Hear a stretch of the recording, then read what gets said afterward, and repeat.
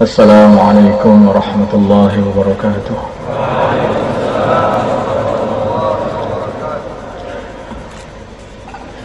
Innal hamdalillah nasta'inuhu wa nastaghfiruhu wa nu'minu bihi wa natawakkalu alayhi wa na'udzu bihi min shururi anfusina wa min sayyiati a'malina. Man yahdihillahu fala mudilla lahu wa man yudlilhu fala hadiya lahu. أشهد أن لا إله إلا الله وحده لا شريك له وأشهد أن محمدا عبده ورسوله. اللهم صل على سيدنا محمد وعلى آل سيدنا محمد وعلى أصحاب سيدنا محمد والتابعين أجمعين. أما بعد. Hadirin para santri yang dimuliakan Allah Subhanahu wa taala dan para wali santri yang juga yang dimuliakan, yang dirahmati oleh Allah Subhanahu wa taala. Alhamdulillah kita bisa membuat pertemuan kembali. Tetapi hakikat pertemuan itu adalah pertemuan nanti di telaga Kausarnya baginda Nabi Muhammad SAW. Itulah pertemuan hakikat. Umat baginda Nabi akan berkumpul di sana, di telaga beliau. Beliau telah mengatakan dulu, ana faradukum alal haud. Aku berangkat dulu untuk menyiapkan telagaku, menyambut kedatangan kalian semuanya. Dikatakan bahwa telaga baginda Nabi itu begitu besar, dimulai dari sana Syam sampai ke Son'a katanya, atau dari pokoknya begitu besar. Dan juga gelas-gelas yang disiapkan untuk minum umat baginda Nabi ini dikatakan gelas-gelasnya berjumlah sejumlah bintang-bintang yang di langit. Nanti akan ada rombongan-rombongan, akan ada rombongan-rombongan yang sowan kepada baginda Nabi Muhammad SAW. Ada rombongannya para raja-raja yang adil dan bijaksana. Mereka datang sowan baginda Nabi. Assalamualaikum ya Rasulullah. Mereka disambut dengan sukacita oleh baginda Nabi Muhammad SAW. Mereka telah mengemban tugas untuk merawat umatnya baginda Nabi Muhammad SAW dan menjaga syariat baginda Nabi dengan baik. Kemudian datang rombongan-rombongan lagi, yaitu rombongan-rombongan para ulama yang mereka ini telah mengemban amanah menjaga ilmu baginda Nabi Muhammad SAW. Mereka datang kepada baginda Nabi. Assalamualaikum ya Rasulullah. Datang lagi rombongan para santri, datang kepada baginda Nabi. Assalamualaikum ya Rasulullah. Datang lagi pedagang-pedagang yang jujur, juga datang lagi semua umat baginda Nabi berbondong-bondong datang kepada baginda Nabi Muhammad SAW. Berbagai macam profesi mereka berbondong-bondong. Tapi ada satu rombongan yang datang kepada baginda Nabi Muhammad SAW. Belum sempat mendekat baginda Nabi, maka rombongan ini langsung dihalang-halangi oleh para malaikat. Areng diwe ajeng sowan tauleh, tidak boleh,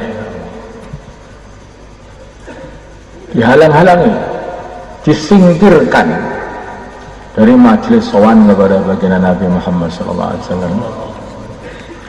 Maka baginda Nabi mengatakan, loh kenapa itu kok dihalang-halangi? Itu adalah umatku, itu adalah saudara-saudaraku, itu adalah teman-temanku.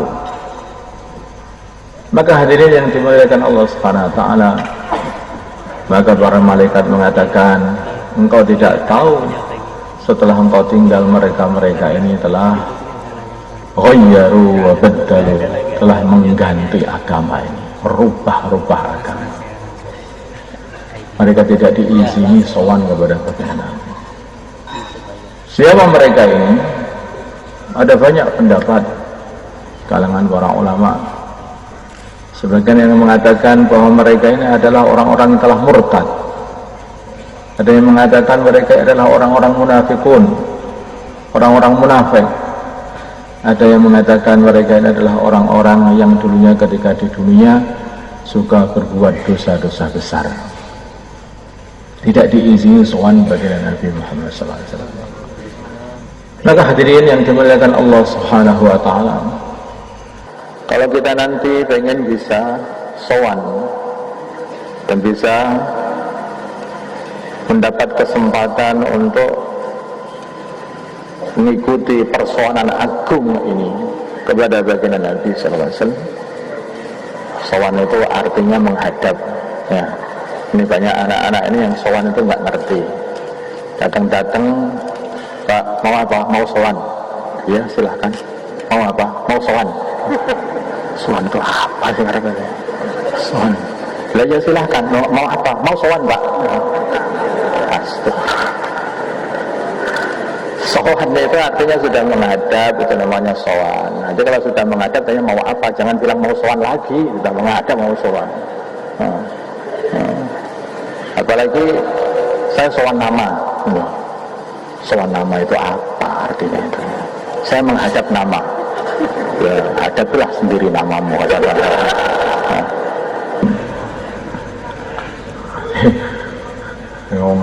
Kalau nggak ngerti bahasa Jawa ya nggak usah ngomong Jawa. Nah. Kalau pengen belajar bahasa Jawa itu harus betul-betul yang benar itu. Ya.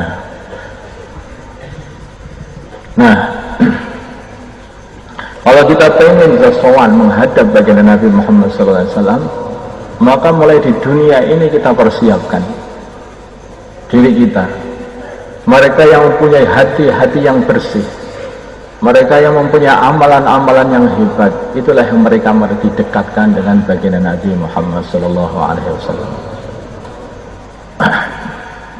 Baginda Nabi pernah mengatakan di antara amalan-amalan yang mendekatkan kepada baginda Nabi Muhammad SAW, yaitu ana wa kafirul yatim kahatain. Saya dan kafirul yatim, orang yang memelihara, merawat anak yatim adalah seperti ini, katanya. Gandeng, bareng, berdampingan dengan baginda Nabi Muhammad SAW. Dan banyak amalan-amalan yang menjadikan kita ini bisa bersama baginda Nabi di sana. Sunnah-sunnah baginda Nabi itu kamu amalkan, yang kecil ataupun yang besar. Kalau amalan kita ini sama dengan amalan baginda Nabi, maka juga akan kumpul bersama baginda Nabi Muhammad SAW di sana. Semua itu hanya tinggal kita sendiri, dan itu hanya bisa dibuat ketika di dunia. Itulah untungnya kehidupan di dunia. Sebaliknya kalau nanti kita sudah sampai di akhirat, kita tidak bisa berbuat apa-apa.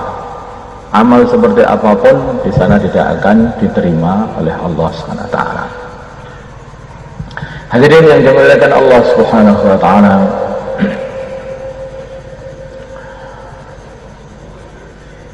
kemudian saya ingat satu hadis baginda Nabi yang mengatakan bahwa perbanyaklah kenalan dengan orang-orang Islam. Kita berkumpul di sini, berkenalan di sini, berbareng-bareng untuk membicarakan urusan agama dan untuk menyemangati amal agama. Dengan begini kita juga bisa mengharapkan nanti di akhirat pun juga kita bisa berkumpul.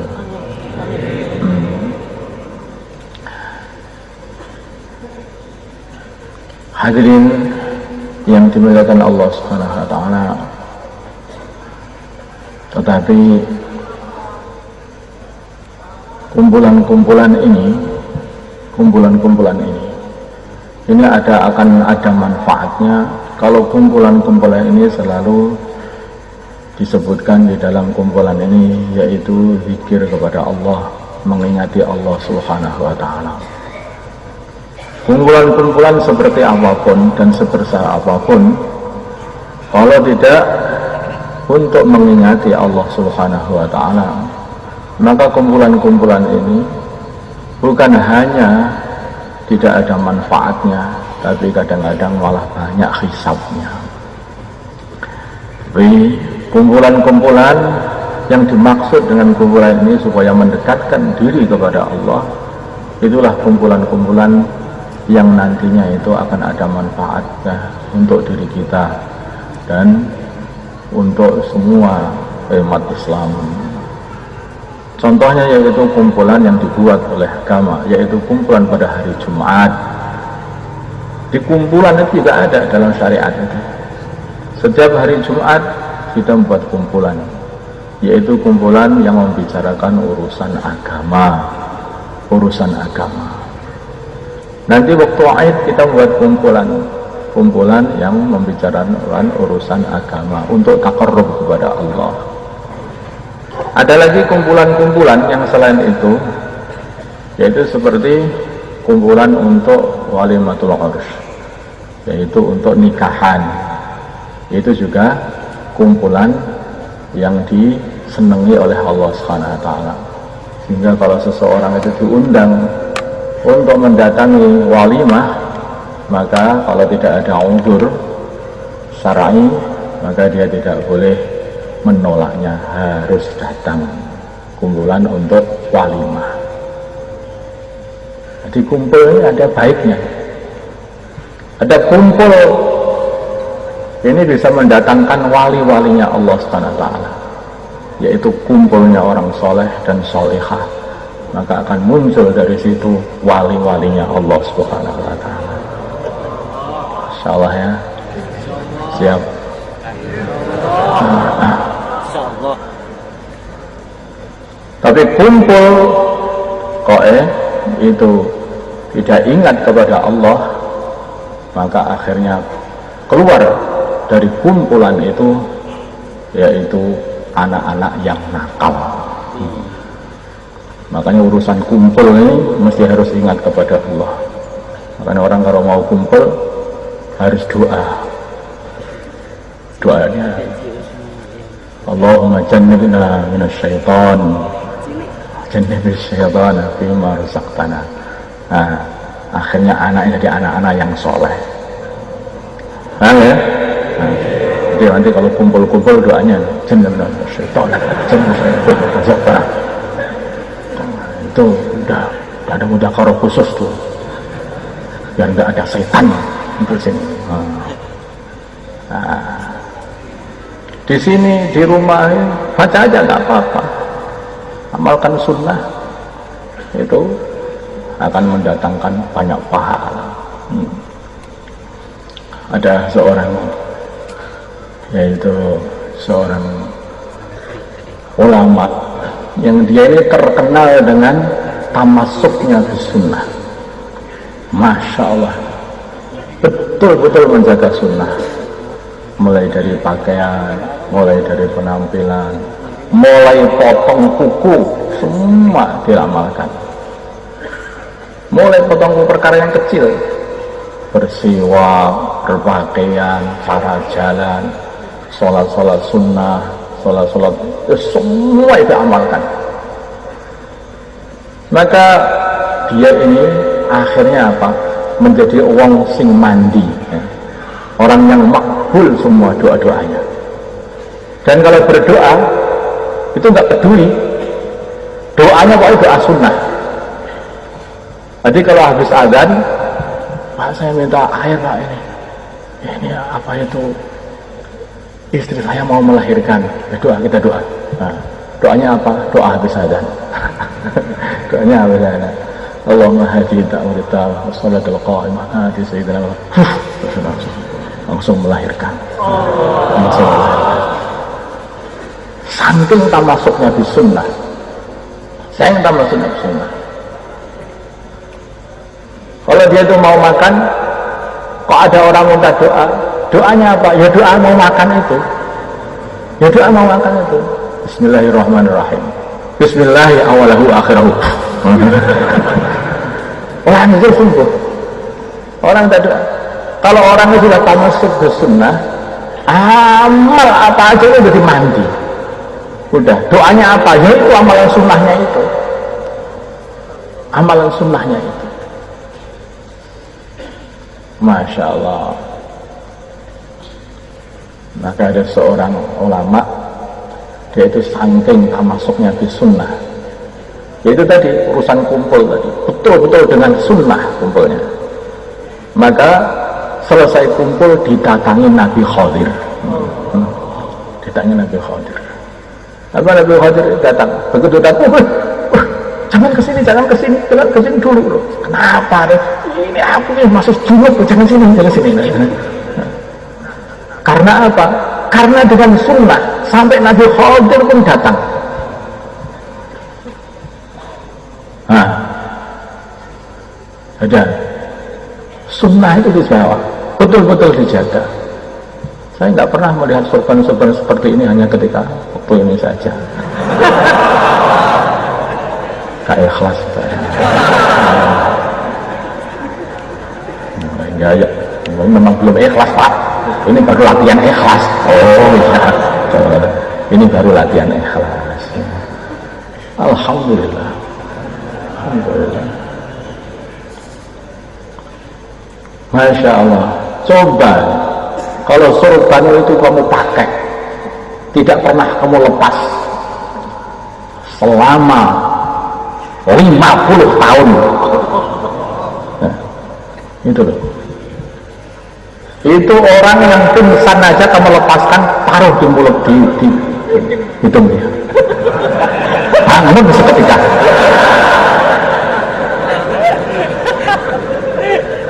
Insya Allah.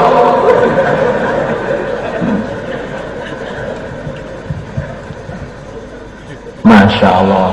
Itu kekuatan sunnah itu luar biasa. Terserah itu kamu pikirkan apa yang kamu pikirkan. Kalau orang yang nggak percaya ya lah tahu. Nah, kalau yang percaya, oh begitu ya Pak. Oh iya, Masya Allah. Nah, coba. Jadi apa-apa yang masalah kita ini, amal agama ini nggak tenanan gitu. Amal agama nggak tenanan, bersiwak nggak tenanan, berwudu nggak betul-betul tenanan. Kita wudu gitu saja, padahal wudu itu ibadah. Coba wudu itu dengan sungguh-sungguh menghadap kiblat. Bismillahirrahmanirrahim. Betul-betul kayak menghadap Allah betul. Dengan ihsan. Nah, mal ihsan, al ihsan an ta'budallaha ka'annaka tarah fa in lam takun tarah fa innahu yarak. Coba wudu saja kamu amalkan seperti itu. Maka ada seorang ulama, dia ini bermasalah dengan suatu raja, mau ditangkap sama raja, marah raja ini sama si ulama ini. Maka ulama ini begitu dikasih tahu ini ada raja fulan mau menangkap tuan, bagaimana? Siapkan air wudhu. Siapnya apa? Siapkan air wudhu. Siapkan air wudhu. Langsung wudhu, betul-betul menghadap kepada Allah. Baru saja wudhu, bersiwak, semua sunnah-sunnahnya diamalkan. Maka hadirin, raja yang datang mau menangkap itu berubah pikiran seketika. Dirubah otaknya, pikirannya dirubah oleh Allah Subhanahu wa Ta'ala. Nggak jadi menangkap ulama ini, malah datang-datang membawa hadiah yang nggak karu-karuan banyaknya. Nah kok berubah itu kenapa ini? Yang menggerakkan Allah Subhanahu wa Ta'ala hakikat. Kalau kita punya hubungan dengan Allah yang baik, maka hati manusia akan dirubah oleh Allah jadi baik juga. Jaga sunnah, jaga sunnah. Insya Allah ya. Nah, gimana saja jaga sunnah. Itulah maksudnya orang itu belajar. Kita belajar bertahun-tahun, itu bukan maksudnya supaya mendapatkan ijazah Dauratul Hadis. Ada orang ditanya, kamu sudah bisa apa selama ngaji ini? Saya sudah tamat Pak, Dauratul Hadis. Setiap hari sholat sunnahnya berapa kali Tuan?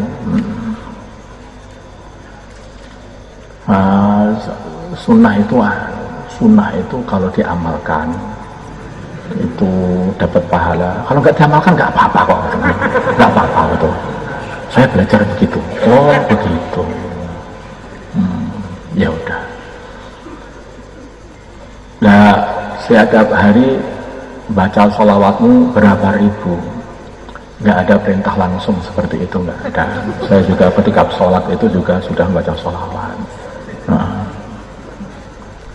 Assalamualaikum ayyuhan nabi, assalamu alayna wa ala ibadillahi salihin.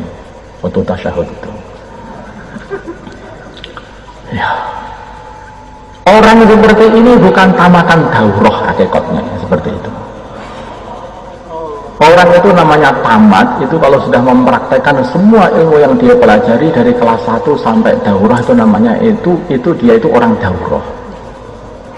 Ahlul hadis, Dauratul Hadis. Tetapi kalau dapat ijazah Dauratul Hadis, zikirnya bagaimana? Nol betul. Sholat sunnah nol betul. Dakwah nol betul. Jamaah nol betul. Karena yang dipelajari apa? Justru ketika dia belajar agama, itu jamaah itu bukan fardhu ain. Kifayah sudah banyak yang jamaah, saya nggak usah jamaah. Katanya seperti itu. Ada yang berkata seperti itu katanya. Maka hadirin yang dimuliakan Allah Subhanahu wa taala, hal seperti ini, inilah namanya itu ilmu tetapi malah menghancurkan yang punya ilmu itu sendiri. Dulu ketika kelas 1 istiqomah soft awal, begitu sudah kelas daurah sudah di belakang. Kenapa? Saya sudah paham agama. Apa yang kamu pahami? Ternyata soft awal itu tidak wajib.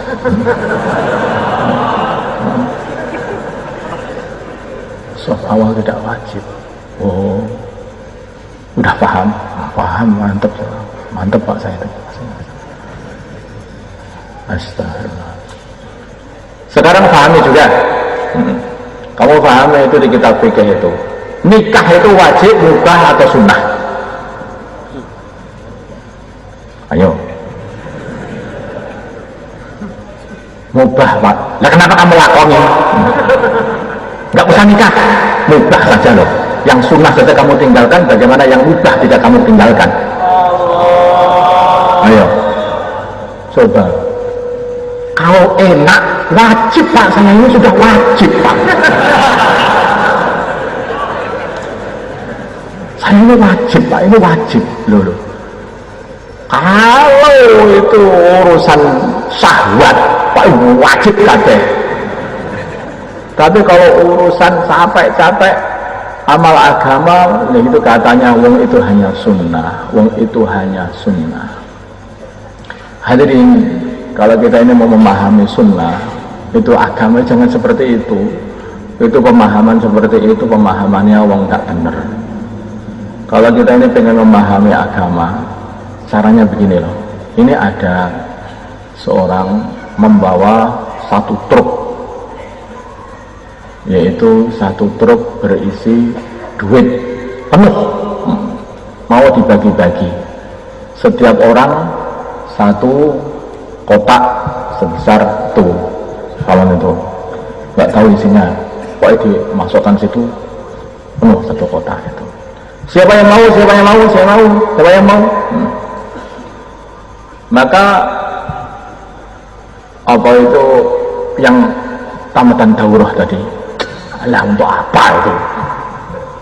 Itu hanya mubah saja. Saya nggak pengen. Yang anak kelas 1, oh mau, anak kecil, siapa mau, anak kecil ke sini, ya, langsung mau. Anak kecil itu membawa kotak-kotak uang yang ternyata isinya itu bertriliun-triliun duit di situ itu. Maka orang daurah yang katakan hanya sunnah saja. Itu domblong loh. Mendadak dia akan merasa rugi yang luar biasa.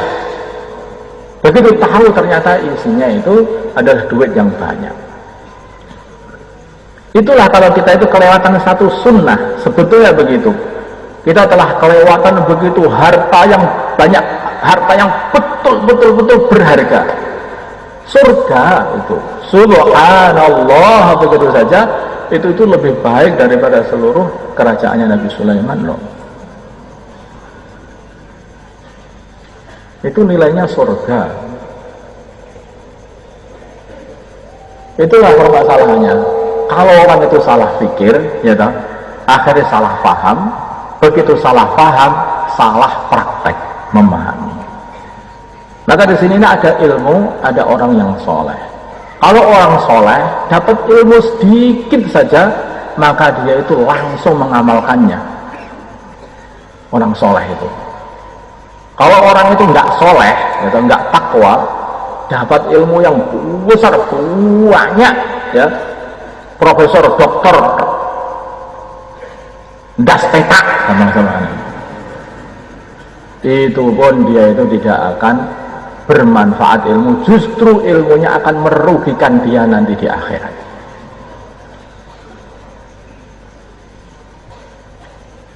Nah, gitu. Iya,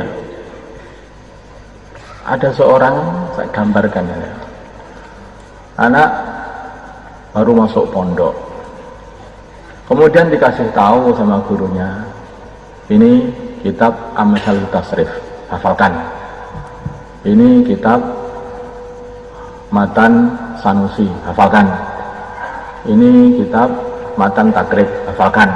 Oh, ini dihafalkan semua Ustaz. Ya, hafalkan. Awas nggak hafal. Dia takut. Hafalkan, masya Allah, nggak karuan, kami hampir pecah kepala itu. Pan panas gerojok air. Kalau sudah panas gerojok air, hafalan lagi, panas gerojok air. Tahu-tahu dia itu jadi orang alim. Nah, karena dia ada istiqdat. Dia ada istiqdat. Kasih sedikit, tidak banyak ilmunya, hafal tasrifan, hafal takrib, hafal semua. Dihafal semua kitab-kitab kelas 2, kelas 1 dan 2, tapi hafal semua, faham semuanya. Hafal semuanya dan faham semuanya, dan dipraktekkan dalam kehidupan. Dipraktekkan dalam kehidupan. Ini namanya wong soleh.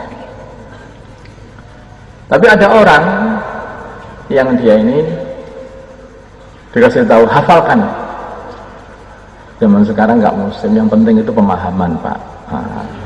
Yang penting itu pemahaman, difahami dulu. Itu zaman dulu orang menghafal itu. Jadi dia nggak mau menghafal, nggak mau menghafal, tidak dipraktekkan. Yang penting itu orang tampak, orang itu bisa ngomong begitu loh, bisa ngomong sana, ngomong di sini gitu. Kalau hanya praktek-praktek begitu, itu nggak bisa ngomong, itu apa gunanya? Di kampung itu yang penting orang ngomong, bukan orang praktek.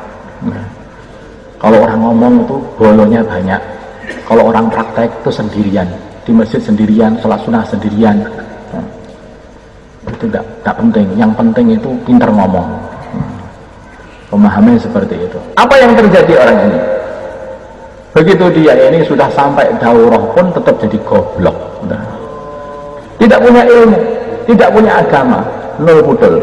Sebaliknya, ini anak hanya 2 tahun saja dipraktekkan seluruh agama, ini sudah jadi wali dan orang yang muqarrab kepada Allah.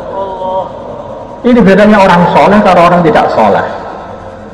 Makanya Bani Israel, ini ulama-ulamanya Bani Israel sendiri itu, mereka ini orang-orang yang alim, banyak ilmunya, tetapi ilmu tidak dipraktekkan. Begitu datang baginda Nabi Muhammad SAW, mereka tidak beriman, malah hasad kepada baginda Nabi.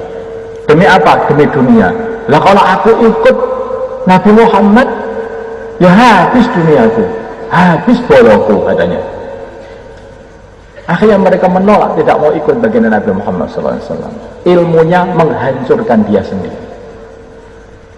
Sebaliknya kalau orang itu soleh, kalau orang itu betul-betul soleh, sedikit saja ilmu, sedikit ilmu saja, maka baru membaca qul huwallahu ahad, Allahus samad, lam yalid wa lam yulad wa lam yakul lahu kufuwan ahad, masuk Islam. Coba lihat, banyak sekali orang yang ada istiqdat dalam hatinya ini begitu membaca surat Al-Ikhlas langsung masuk Islam.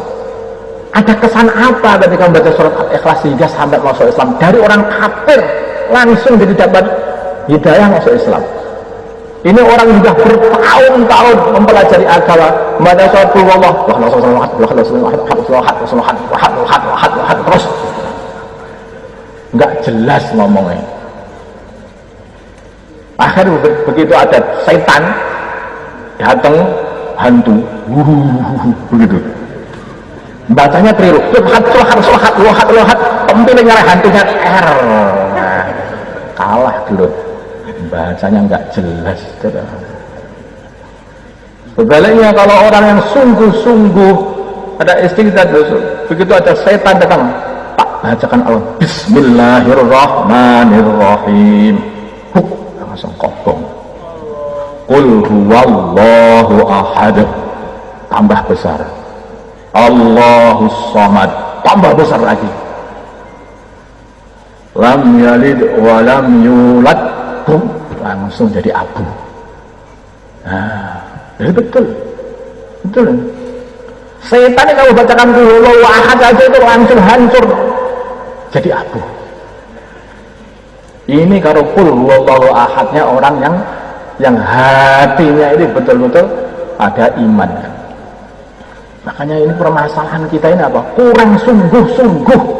Wudunya enggak sungguh-sungguh, sholatnya enggak sungguh-sungguh, zikirnya enggak sungguh-sungguh, semuanya jadi enggak sungguh-sungguh, enggak jadi. Tadi kalau mobil produk Cina, ya, mesinnya itu juga rapuh, ya, sasisnya rapuh. Kalau ada orang yang engkel terserah, katanya begitu, saya nggak tahu. Tapi nyatanya ya kambing itu tabrak mobil Cina juga mati juga. Paling ada yang engkel seperti itu terserah itu. Ini dibandingkan dengan itu loh, bulldozer itu loh. Coba mobil Cina tabrakkan ke bulldozer, rengok.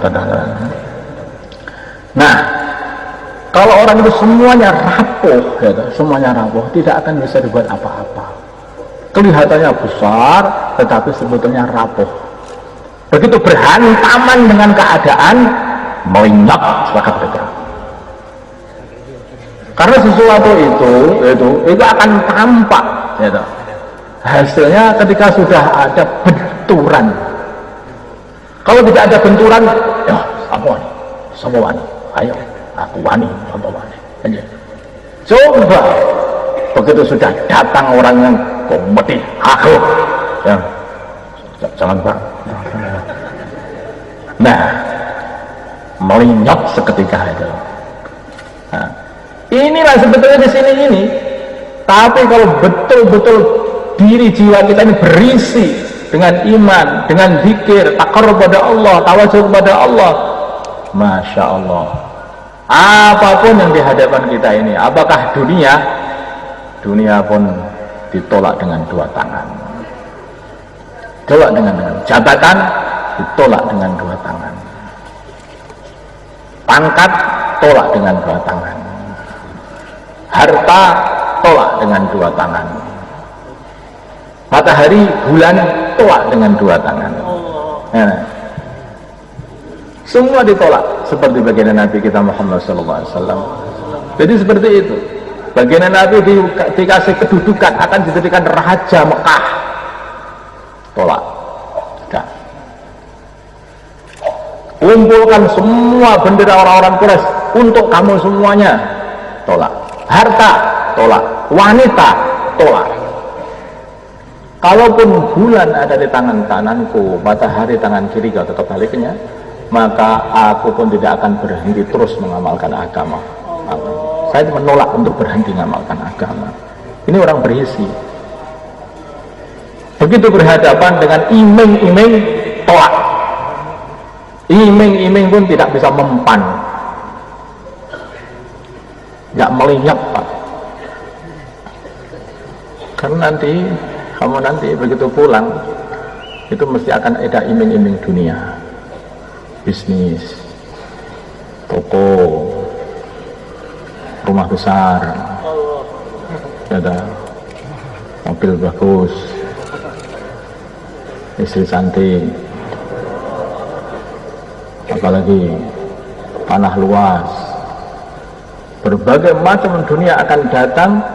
Tapi itulah, kalau kamu yang orang bermutu, maka itu semuanya kamu tinggalkan untuk agama, demi untuk agama. Tuh. Jadi semuanya ini dasarnya takwa masalahnya. Alif Lam Mim. Dzalikal kitabu la raiba fihi hudan lil muttaqin. Hudan lil muttaqin. Petunjuk bagi orang yang bertakwa. Al-Quran ini adalah petunjuk bagi orang yang bertakwa, yang ada dalam hatinya ini memang takut kepada Allah. Maka begitu membaca langsung mengambil manfaat dari Al-Quran itu. Sebaliknya orang yang tidak takut kepada Allah sehingga suka bermaksiat kepada Allah, maka dikatakan yudhillu bihi katsira wa yahdi bihi katsira wa ma yudhillu bihi illal fasiqin. Kalau orang fasik, orang ahli maksiat, tidak ada takut kepada Allah Subhanahu wa taala, baca Al-Quran itu malah tambah tersesat. Ilmu pada hal ini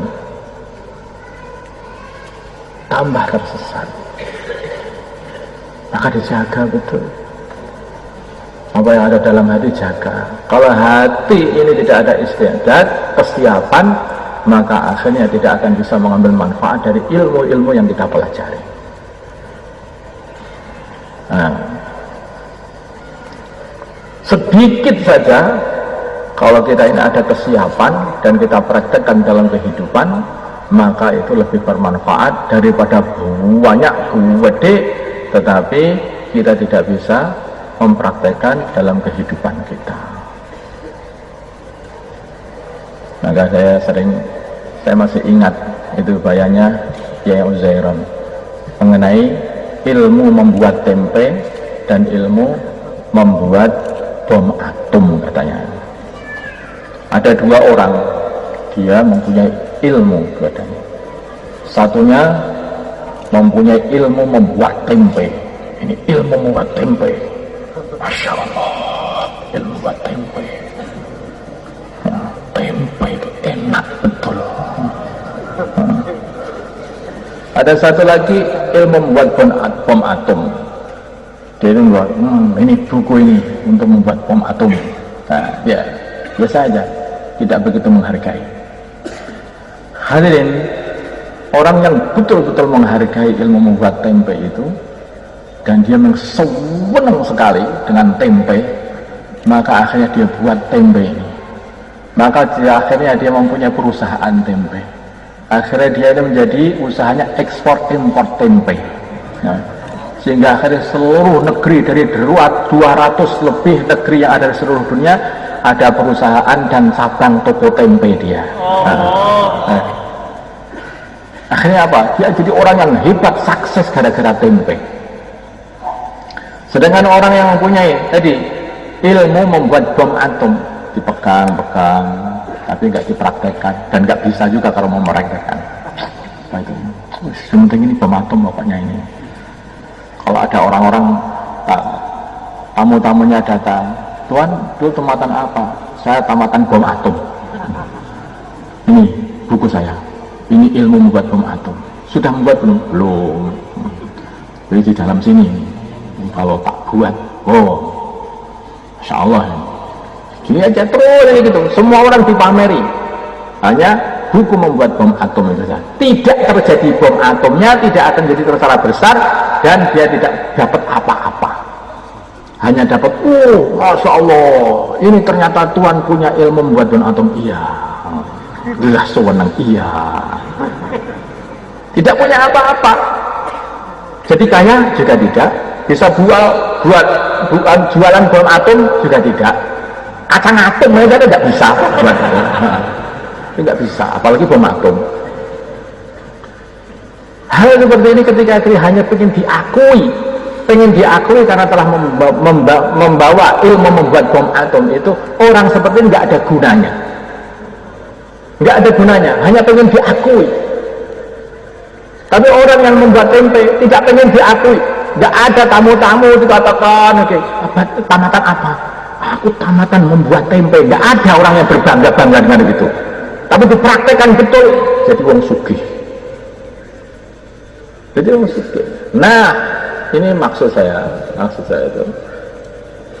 Ini kalau kalian ini sedikit saja itu ilmu yang kamu pelajari, tapi betul-betul kalau amalkan, kamu itu akan jadi orang mulia di dunia ini dan juga di akhirat.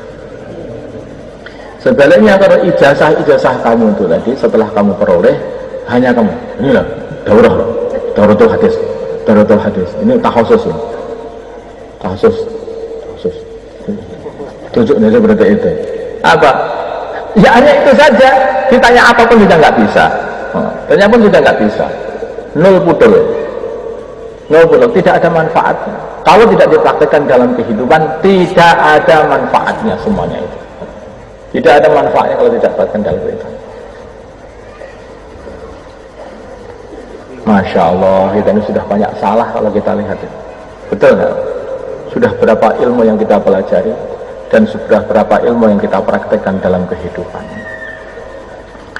Makanya orang-orang zaman dulu itu untuk belajar ini harus betul-betul itu gurunya itu juga betul-betul memilih muridnya, dan muridnya itu juga betul-betul memilih gurunya, dan ketika sudah memilih gurunya itu sebagai guru, dia itu betul-betul taatnya. Jadi seperti dalam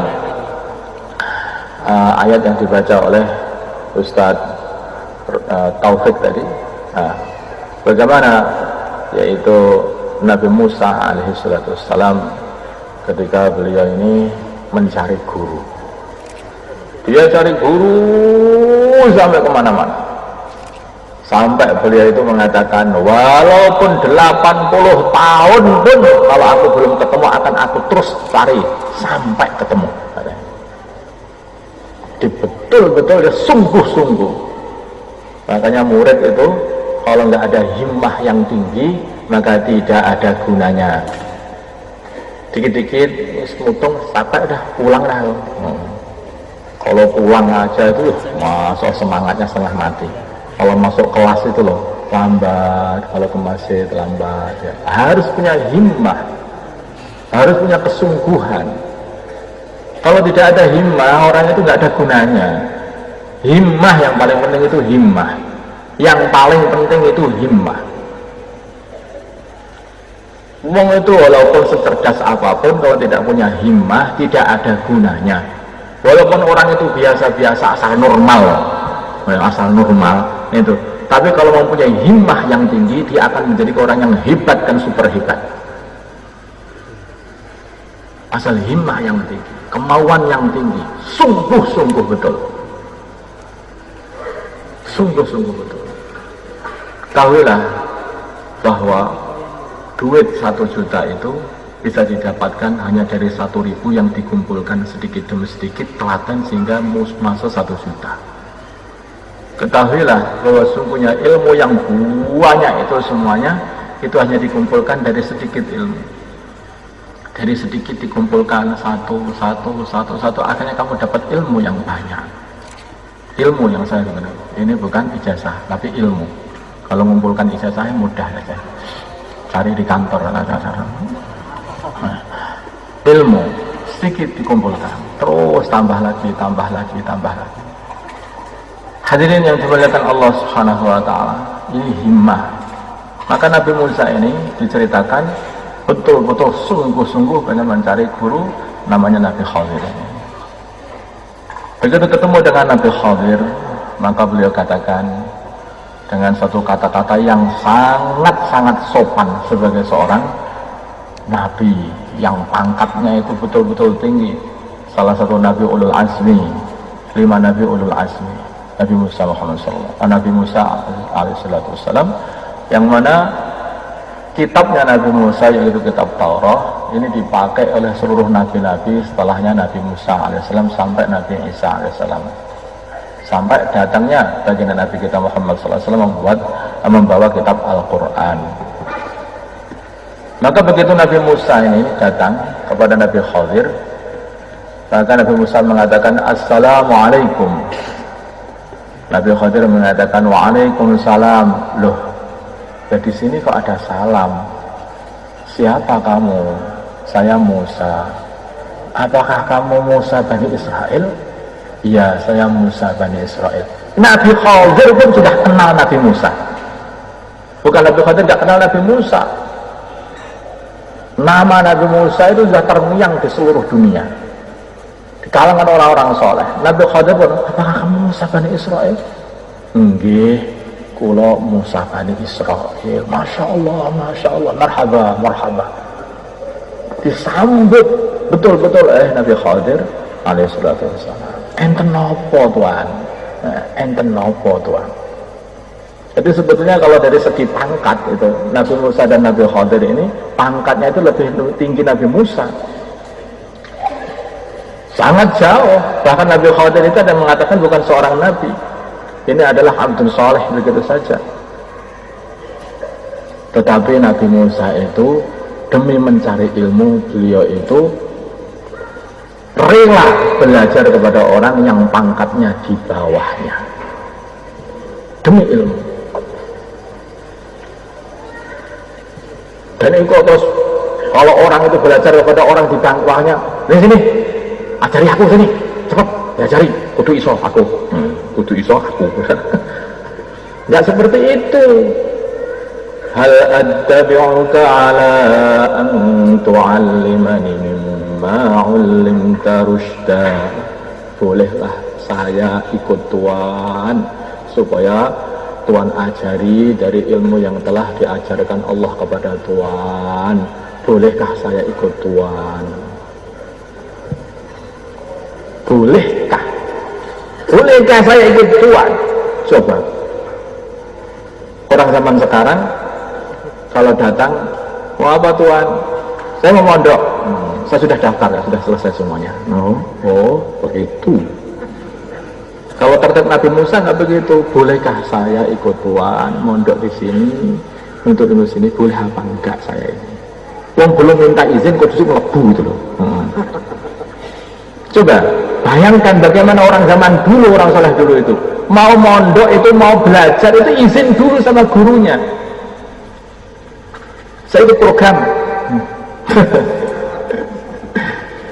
Saya kalau dengar seperti itu, alangkah jauhnya antara Nabi Musa yang sehebat itu ya, dengan orang yang selemah ini.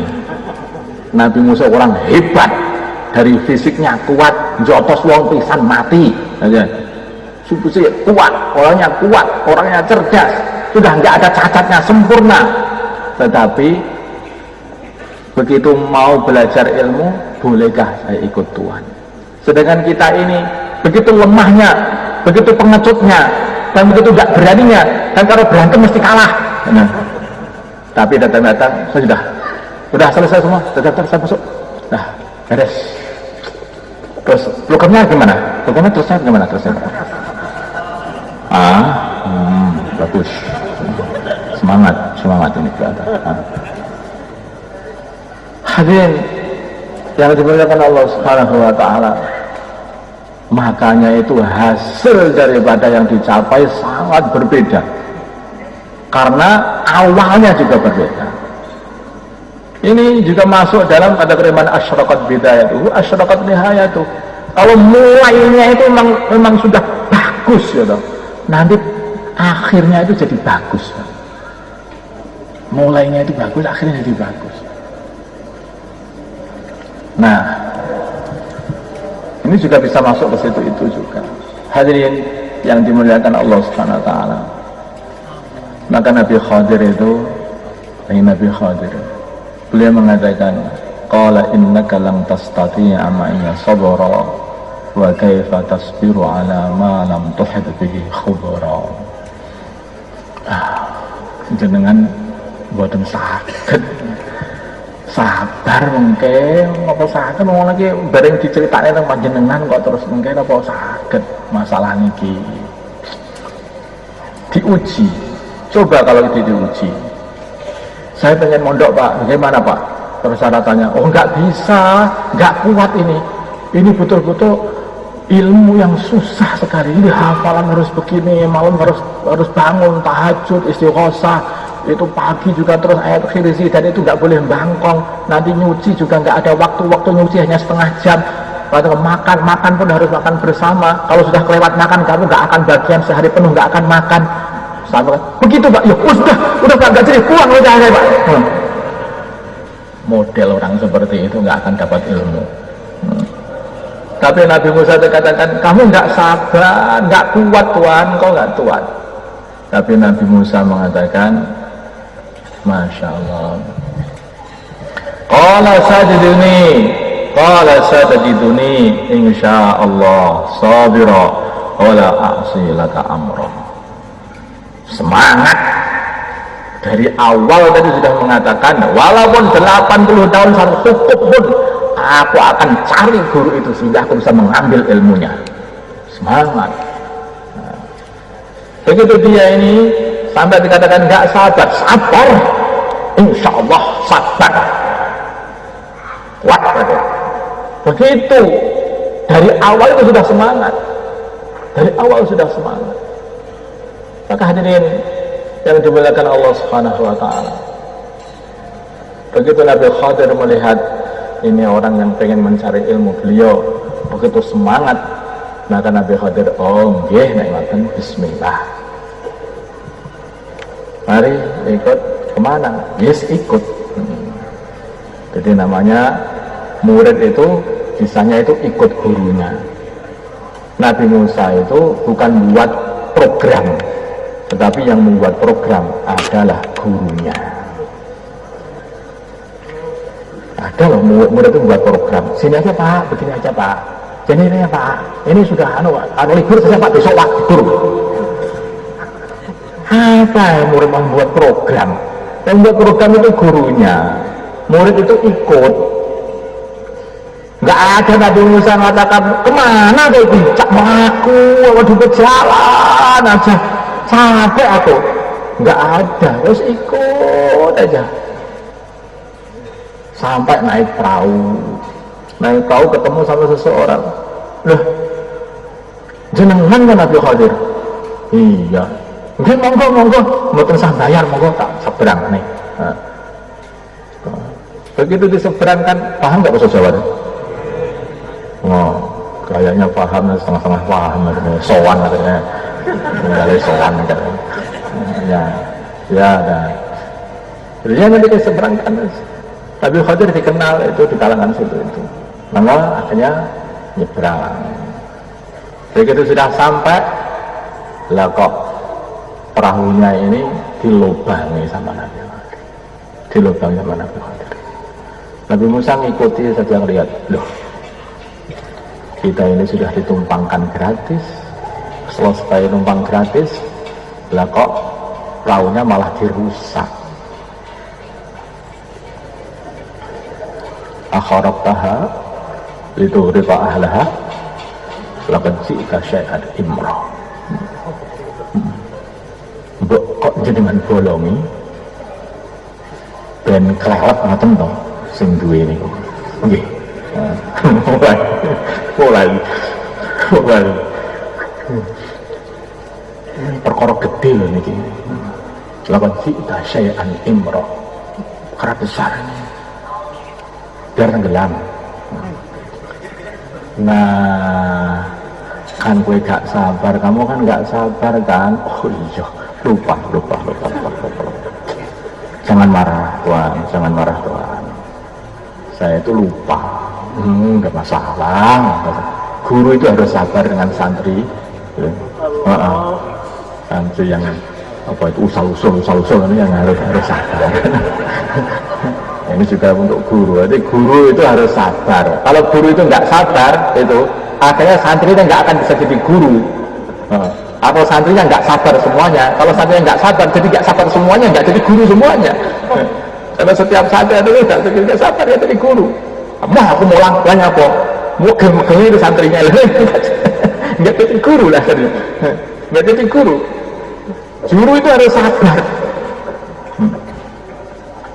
Diajak jalan lagi, jalan. Mau dibawa kemana? Nggak usul. Kok ya lali, aku tidak tekok. Kenapa? Jadi saya itu kok ya tanya sama berjalan lagi. Setelah berjalan, ketemu anak kecil. Sini. Sekocek, kerapak, brul. Buang gas, dibuang gas. Anak kecil kepalanya diuntir, dibuang kepalanya itu, badan dan kepala sampai terpisah. Masya Allah. Nabi Musa bukan lupa, Nabi Musa bukan mimpi, Nabi Musa melihat kejadian seperti ini. Masya Allah, ini apa ini?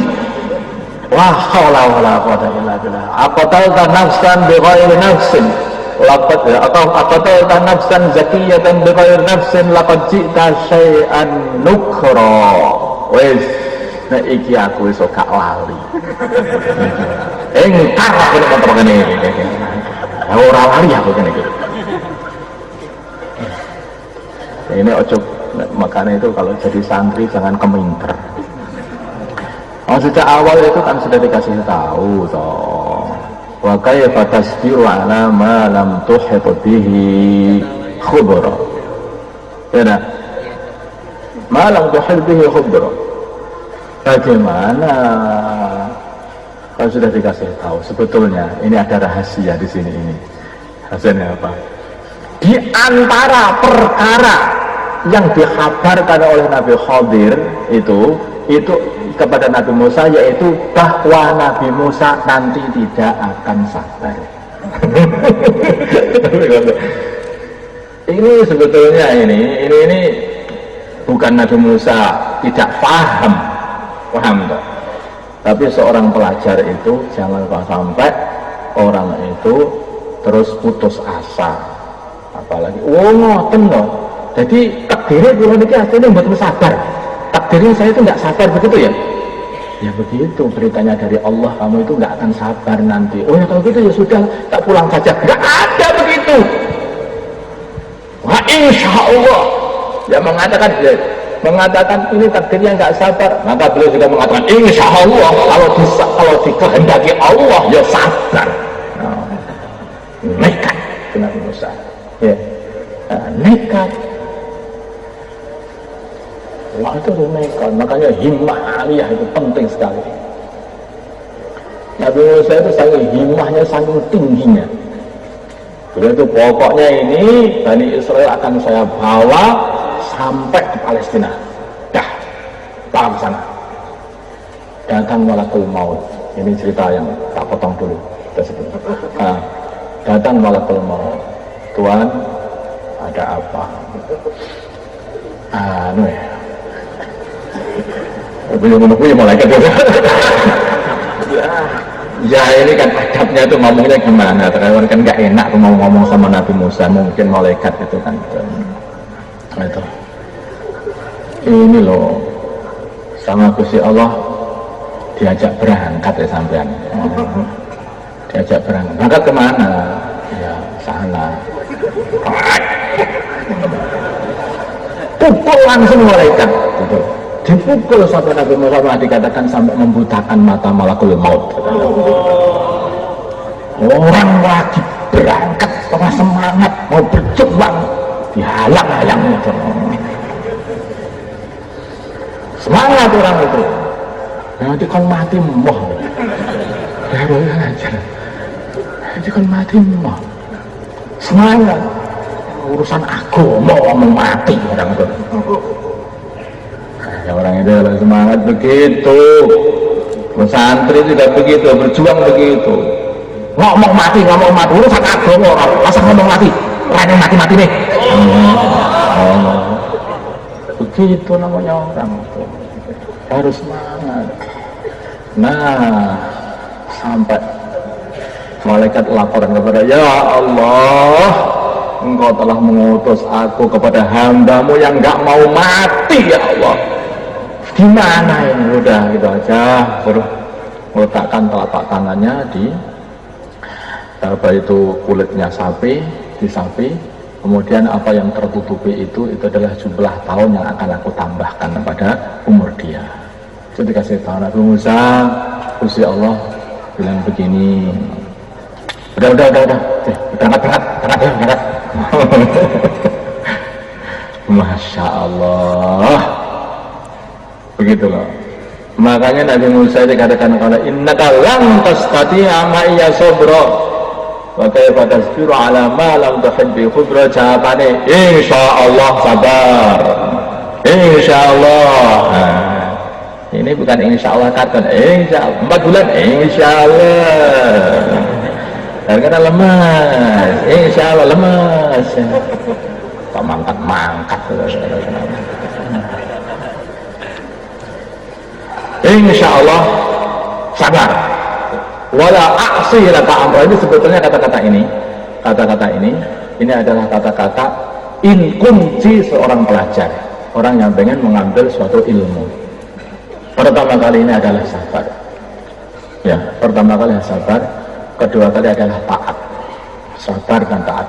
Yang awal tadi itu adalah hal attabi'uka ala an tu'allimani mimma 'ullimta rusyda. Di sini ini adalah adab, sabar, taat, itu sih. Nggak ada ini belikuan orang ganggu. Ini. Ada.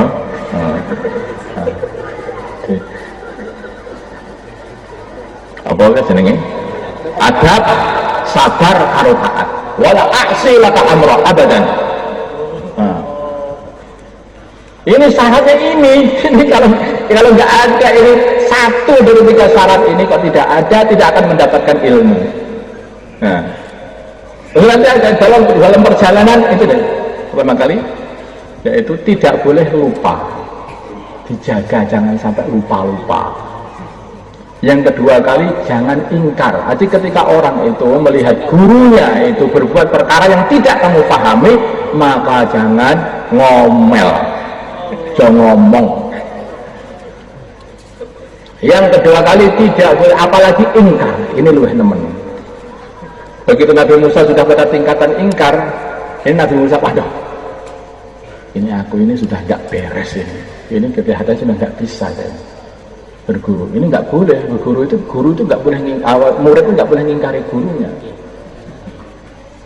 Maka Nabi Musa langsung ketika dikatakan oleh Nabi Khadir, lah kan nggak sabar kan, Nabi Musa akan udah begini saja.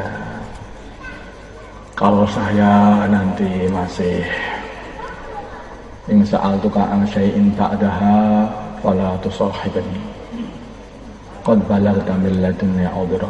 Kalau aku nanti masih bertanya lagi, ya kan nggak boleh bertanya, persyaratannya itu. Kalau aku masih bertanya lagi, ya anu saja, saya dikeluarkan saja jadi murid.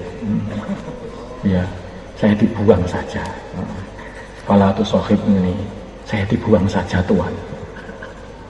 Jadi Nabi Musa pun nggak berani, kok lari dari gurunya itu nggak berani. Ini murid kok lari dari gurunya, koncing hilang. Buat belingnya koncang-koncing terus. Suman-suman, ini suman-suman selamat. Ini tidak suman-suman selamat. Ini kok biasanya suman-suman memek. Kayaknya yang akhirnya. Nah, terus Beliau mengatakan sendiri, Tuhan, kalau saya tanya lagi, buang saja saya, keluarkan saja saya, buang. Saya itu kelihatannya memang gak cocok, buang saja, gak berani. Kalau saya bertanya lagi, saya tak lari saja. Oh enggak, lari dari guru itu berbahaya. Tapi keluarkan saja saya, pulang tanpa izin. Nah, itu sehingga betul begitu beliau ini sampai ke satu kampung. Maka pada kampung itu minta makan, minta dijamu, diterima sebagai tamu. Tapi mereka orang kampung ini tidak mau menerima Nabi Musa dan Khidir sebagai tamu, tidak mau menjamu makan. Nabi Musa itu ini orang kampung ini orang janwegel nih tenan. Di mana-mana itu namanya musafir itu mesti diterima sebagai tamu, dijamu. Di mana tuh dulu seperti itu. Ini orang ini kok kampung ini kampung buruk sekali. Orangnya buruk kampungnya, tidak kampung soleh. Tapi begitu Nabi Khidir ini bertemu ada tembok yang mau jatuh, maka didirikan lagi. Bukan hanya itu, sebagian riwayat mengatakan itu mereka menata batu batanya itu berdua sama Nabi Musa. Tadi ditata satu-satu, didandani lagi, dilepok satu-satu sampai berdiri. Ya, dan sebagian yang didirikan tangannya itu langsung berdiri. Nah, ada lagi setelah ditata, itu dengan susah payah. Nata batu bata itu sampai temboknya itu berdiri kembali. Sehingga Nabi Musa mengatakan, Mbok Yao minta opah biar dapat makan kita. Nah, gak sabar lagi, ini waktunya perpisahan. Ada firaku baini wa baina. Ini begitu.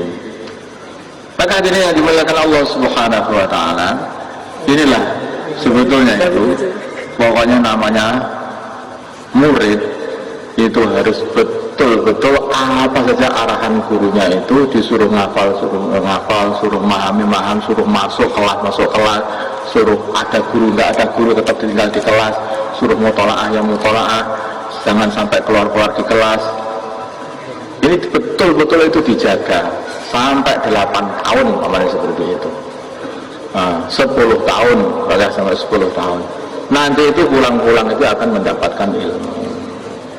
Sebaliknya, kalau apa saja tentang masuk kelas tidak mau sekelas, suruh jamaah tidak mau berjamaah, disuruh menghafal tidak mau menghafal, disuruh mutolaah tidak mutolaah, malah jagongan sama temannya itu.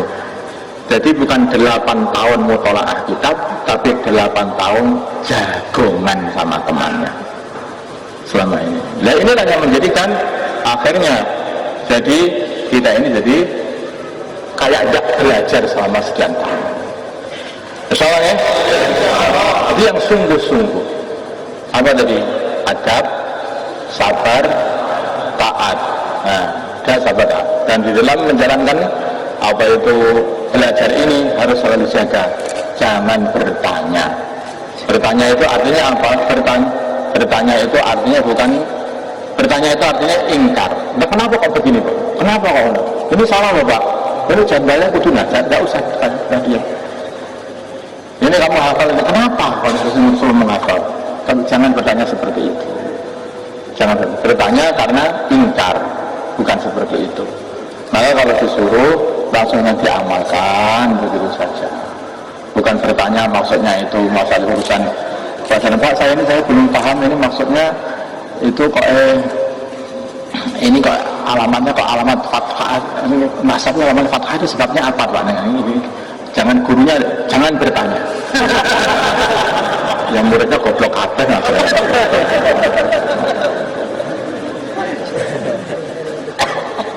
Sholat itu apa itu 5 waktu atau 6 waktu? Witir itu termasuk fardu atau termasuk sunnah Pak?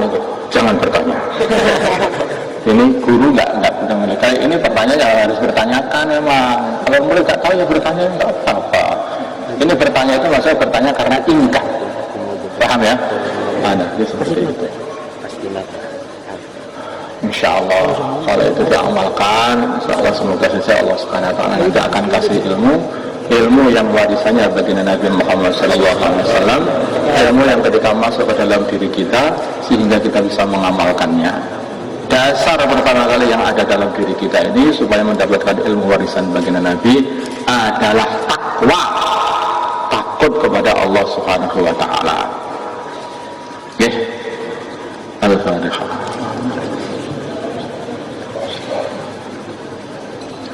اللهم صل على سيدنا محمد وعلى ال سيدنا محمد وصلى على سيدنا ابراهيم وعلى ال سيدنا ابراهيم وبارك على سيدنا محمد وعلى سيدنا محمد وبارك على سيدنا ابراهيم وعلى ال سيدنا ابراهيم في العالمين انك حميد مجيد. اللهم انفعنا بما علمتنا وعلمنا ما ينفعنا وزدنا علما. الحمد لله على كل حال وعوذ من حال اهل النار. اللهم ربنا زدنا ولا تنقصنا واكرمنا ولا تهنا واسترنا ولا تفضحنا واثرنا ولا تؤثر علينا وانكرنا ولا تمكر علينا وكلنا ولا تكن علينا. اللهم انا نسالك من خير ما سالك منه عبدك ورسولك ونبيك محمد صلى الله عليه وسلم ونعوذ بك من شر ما استعاذك منه عبدك ورسولك ونبي محمد صلى الله عليه وسلم. ربنا اتنا في الدنيا حسنه وفي الاخره حسنه وقنا عذاب النار. صلى الله على سيدنا محمد النبي الامي وعلى اله وصحبه وسلم. الحمد لله رب العالمين. آمين.